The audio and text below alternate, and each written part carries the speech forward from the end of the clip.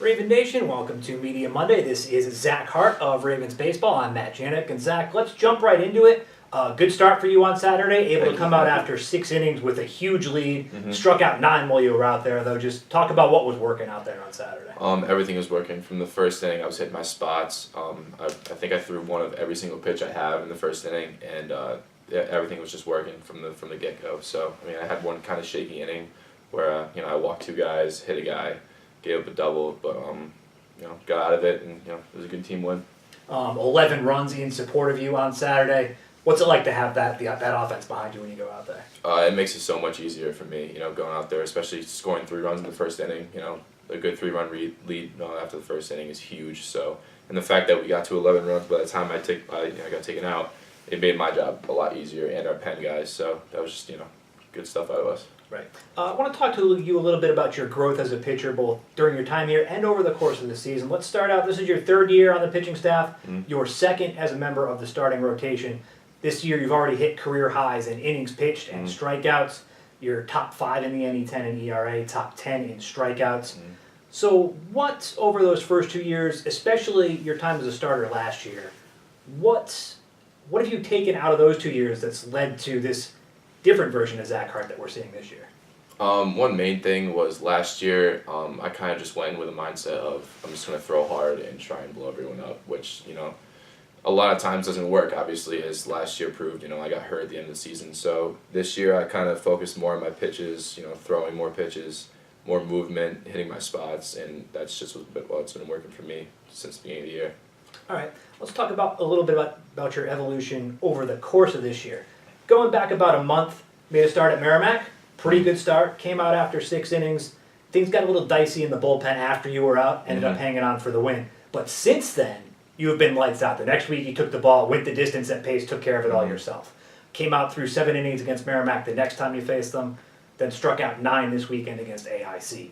Did something click in the past month that's really set you on this tear? I would say I'm just kind of have the same mindset going into every single game. Don't never take an inning off, because if you take an inning off, they'll get on you. We proved that with the Merrimack game where they scored, I think it's like 6 runs, and we had a huge lead, and we had to hit the panic button a little bit. So it's all about not taking innings off, having that same focus throughout the game, until I come out and I can give it to my bullpen guys. Right. And I guess also if you could just talk about over the course of the season, you start early in the season, the weather conditions are better down south. You come back and you got to throw, and it's just been ridiculous the last 3 weeks, tough. let's be honest. Yeah. How do you prepare yourself to go out there when it's going to be tough to grip a baseball? Just try and stay warm before the game. The hand warmers really help. Just try and ignore the cold. I mean, that's especially my first game at Merrimack when I think it was like 25 degrees out or something like that, and the wind was blowing 30 miles an hour. You just can't really think about it. You can't let it get to you, because if you think about it too much, then it's going to cause you to throw bad pitches. So you just got to stay focused on what you need to do and forget about the weather, kind of. Right. Let's take a quick look ahead before we wrap things up here. You are not on the mound on Wednesday night, but the big game of the week is the game against Southern New Hampshire on Wednesday night. Amendola is going to take the ball. Talk about him a little bit, and also just what the team's mindset is heading into this matchup. We all know this is a huge game for us. The first time we played them, it was at home, and they came in and we just played awful. We did not play a good game. So this is a huge one for us. I think we're going to come out focused, ready to go.